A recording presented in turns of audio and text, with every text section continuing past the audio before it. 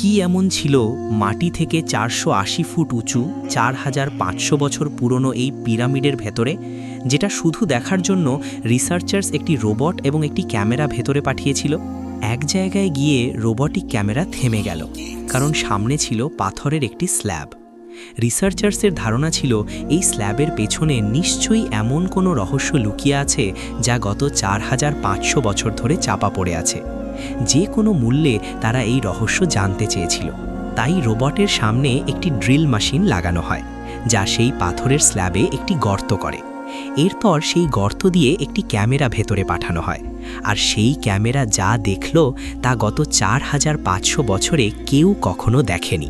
আমি সৌরভ হোসেন, আজকে আপনাদের সাথে আছি পুরো ভিডিও জুড়ে। চলুন আজকে নতুন কিছু জানি। একবার নজর দেওয়া যাক মিশর মানে ইজিপ্টে। এখানে মোট ১৩৮টি পিরামিড রয়েছে, যেগুলো হাজার হাজার বছর ধরে অসংখ্য আর্থকুয়েক এবং ভয়ঙ্কর ঝড়ের মোকাবিলা করেছে।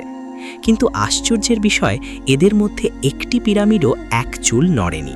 এর মধ্যে সবচেয়ে বড় এবং উঁচু হল the great pyramid of Giza. এর বেস এরিয়া প্রায় ৩১ একর, অর্থাৎ এর ভেতরে অবাক করার মতোভাবে এক দুটি নয়, পুরো ৯টি ফুটবল ফিল্ড সহজেই ফিট হয়ে যেতে পারে। একটি হিসাব অনুযায়ী এই পিরামিডে প্রায় ২৩ লাখ বিশাল পাথর ব্যবহার করা হয়েছে, যার মধ্যে অনেকগুলোর ওজন ৫০ টন পর্যন্ত, আর মোট ওজন প্রায় ৬০ লাখ টন, যা ১২টি বুর্জ খালিফায়ের ওজনের সমান। কিন্তু প্রশ্ন হলো, এত বিশাল পিরামিড বানানোর উদ্দেশ্য কী ছিল? হাজার হাজার বছর আগে, যখন মানুষের কাছে আধুনিক টুলসও ছিল না, তখন কিভাবে এত নিখুঁতভাবে দেয়ালগুলো ইঞ্চ বাই ইঞ্চ লেভেল করা হয়েছিল? কিভাবে ৫০ টন ওজনের পাথরগুলোকে স্কোয়ার শেপে কেটে কোনো ক্রেন ছাড়াই ৪৮০ ফুট উচ্চতায় তোলা হয়েছিল? এবং কারা ছিল সেই ইঞ্জিনিয়ার্স যারা এই পিরামিডকে আর্থকুয়েক প্রুফ বানিয়েছিল, আর এর প্রতিটি সাইডকে একদম নিখুঁতভাবে ৫১.৫ ডিগ্রি অ্যাঙ্গেলে সেট করেছিল? এসব কিছু জানবেন আজকের এই ভিডিওতে। চলুন শুরু করা যাক। Challenge number ১। শত শত বছর ধরে বিভিন্ন রিসার্চ টিম এই পিরামিডের কনস্ট্রাকশন টেকনিক বোঝার চেষ্টা করেছে। সবচেয়ে বড় প্রশ্ন ছিল, কিভাবে কম্পাস ছাড়াই পিরামিডের প্রতিটি দিক একদম পারফেক্ট নর্থ, সাউথ, ইস্ট, ওয়েস্টের সাথে অ্যালাইন করা হয়েছিল। অনেক এক্সপার্টের মতে সেই সময়ের আর্কিটেক্টরা প্রথমে এমন একটি জায়গা নির্বাচন করেছিল যা লাখ লাখ টন ওজন সহ্য করতে পারে। এরপর তারা পোলার স্টার্স ব্যবহার করে দিক নির্ধারণ করেছিল। কোনো কম্পাস বা অপটিক্যাল ইনস্ট্রুমেন্ট ছাড়াই শুধু এই বেসিক টেকনিক দিয়ে তারা নিখুঁত ডিরেকশন সেট করেছিল। Challenge number ২। পরের চ্যালেঞ্জ ছিল মাটি পারফেক্টলি লেভেল করা। ১৩ একর জমিতে যদি সামান্য আনইভেন থাকতো, তাহলে এই বিশাল কাঠামো দাঁড় করানো সম্ভব ছিল না। এক্সপার্টসের মতে তারা চারদিকে বাউন্ডারি বানিয়েছিল, তারপর পানির লেভেল দেখে পুরো জমি সমান করা হয়েছিল। যেখানে পানি সমান হয়নি, সেখানে ছেনি এবং হাতুড়ি দিয়ে কেটে লেভেল করা হয়েছিল। আরেকটি সিম্পল টুলও ব্যবহার করা হয়েছিল। দুই পাশে কাঠ আর মাঝখানে একটি দড়িতে ঝোলানো পাথর।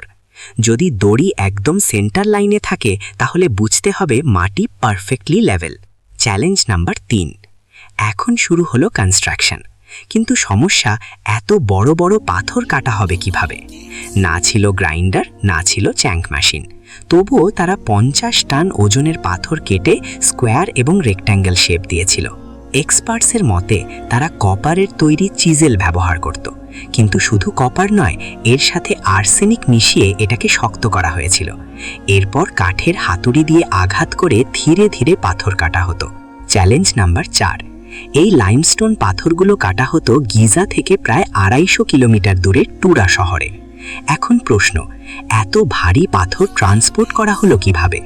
প্রতিটি পাথরের ওজন ছিল প্রায় ৫০,০০০ কেজি, মানে ৩টি প্যাসেঞ্জার বাসের সমান।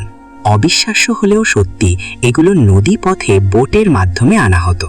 বড় বড় নৌকায় পাথর তুলে কনস্ট্রাকশন সাইটে আনা হতো। Challenge number ৫। সবচেয়ে কঠিন কাজ ছিল এই পাথরগুলো এত উচ্চতায় তোলা।